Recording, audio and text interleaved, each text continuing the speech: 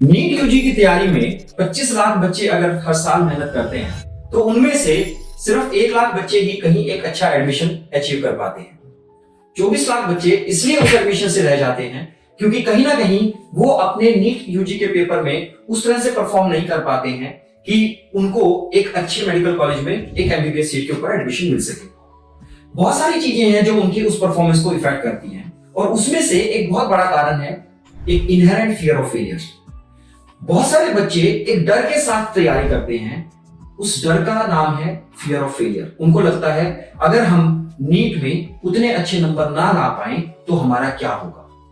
तो अगर आप भी फियर ऑफ फेलियर के साथ नीट यूजी की तैयारी कर रहे हैं तो इस वीडियो को जरूर देखिए, क्योंकि इस वीडियो में आपको समझ आएगा कि जो फियर ऑफ फेलियर है वो कहीं ना कहीं आपके मोटिवेशन और आपके प्रोक्रास्टिनेशन दोनों को इफेक्ट कर रहा है। अगर आप नीट नेविगेटर के चैनल पे पहली बार आए हैं तो नीट नेविगेटर के चैनल को सब्सक्राइब कीजिए, क्योंकि नीट नेविगेटर पर हम नीट यूजी की तैयारी और नीट यूजी और नीट पीजी के एडमिशन से रिलेटेड आपको सबसे एक्यूरेट और ऑथेंटिक जानकारी ही देते हैं।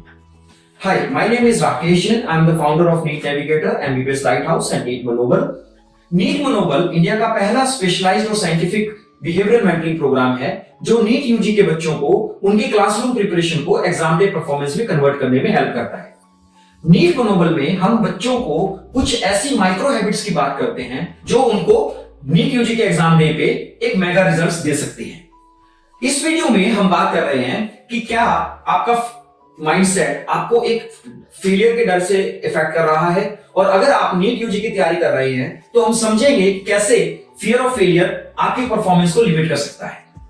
सबसे पहले हम ये समझने की कोशिश करते हैं कि आखिर फियर ऑफ फेलियर आपके दिमाग में आता कहां से है। फियर ऑफ फेलियर इसलिए आता है क्योंकि हर साल आप यही मैसेज सुनते हैं कि नीट यूजी बहुत कॉम्पिटिटिव एग्जाम है, नीट यूजी बहुत डिफिकल्ट एग्जाम है, नीट यूजी में नंबर लाना बहुत मुश्किल है, नीट यूजी के लिए आपको घंटों पढ़ना पड़ता है, नीट यूजी के लिए आपको सब कुछ छोड़ना पड़ता है। ये सब चीजें नीट यूजी के पेपर को एक ऐसा हवा बना देती हैं जहां पे आपको लगने लगता है कि अगर आपने वो सब कुछ नहीं किया तो कहीं ना कहीं आप नीट यूजी में उस लेवल तक का स्कोर नहीं लेके आ पाएंगे जहां पे कि आपको एक अच्छा गवर्नमेंट मेडिकल कॉलेज में एडमिशन मिल सके। यहां पे हमें एक बात को समझना जरूरी है कि ये जो फियर ऑफ फेलियर है ये आपका इनहेरेंटली इसलिए आ जाता है क्योंकि आप जिस तैयारी के साथ पेपर में जाते हैं उस तैयारी को पेपर में स्कोर्स में कन्वर्ट नहीं करके आ पाते। मैक्सिमम बच्चे जो नीट के पेपर को देके बाहर आते हैं उनके स्टेटमेंट ये होती है कि हमारी तैयारी बहुत अच्छी थी पर हमारा पेपर खराब हो गया। प्रैक्टिस टेस्ट में उनके बच्चे को नंबर बहुत अच्छे आते हैं बट नीट के एक्चुअल पेपर में उनकी परफॉर्मेंस खराब हो जाती है।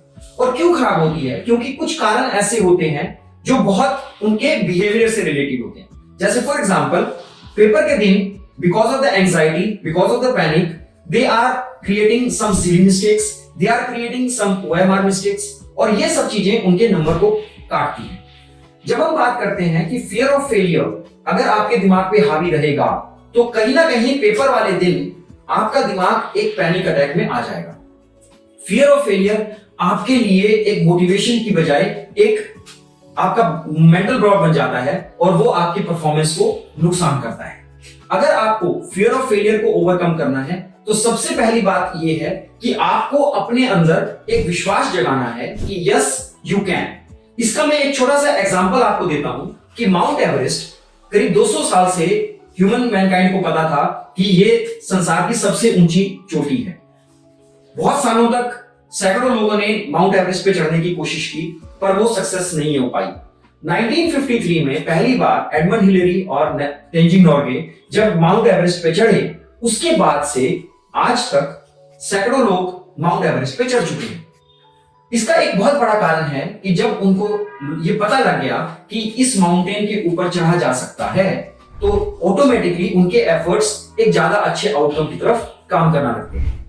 आपको भी अपने ब्रेन को एक मैसेज ये देना है कि यस यू कैन। देखिए एक बहुत सिंपल सी बात कहते हैं, if you think you can and if you think you can not. आपका दिमाग दोनों ही चीजों को आपके लिए ठीक करने की कोशिश करना शुरू कर देगा।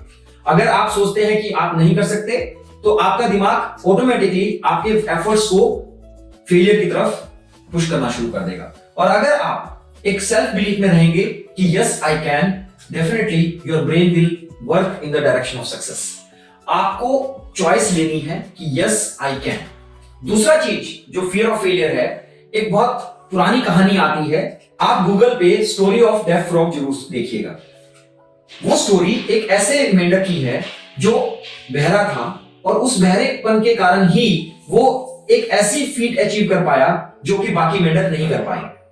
आपको भी जब नीट की तैयारी कर रहे हैं कहीं ना कहीं एक डेफ फ्रॉग मेंटालिटी में ऑपरेट करना होगा। आपको भी अगर नीट यूजी में सक्सेस के लिए कहीं ना कहीं एक डेफ फ्रॉग मेंटालिटी को अडॉप्ट करना चाहिए।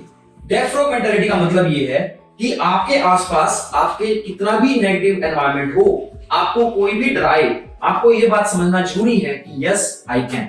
And the moment you give your message that yes I can, your brain starts working in the direction of possibilities.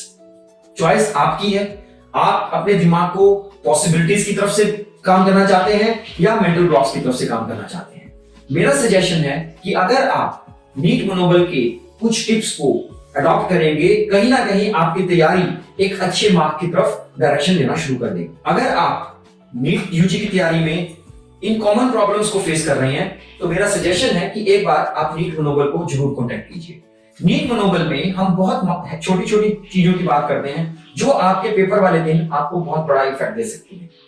NEET मनोबल आपके कोचिंग को पूरी तरह से सपोर्ट करता है।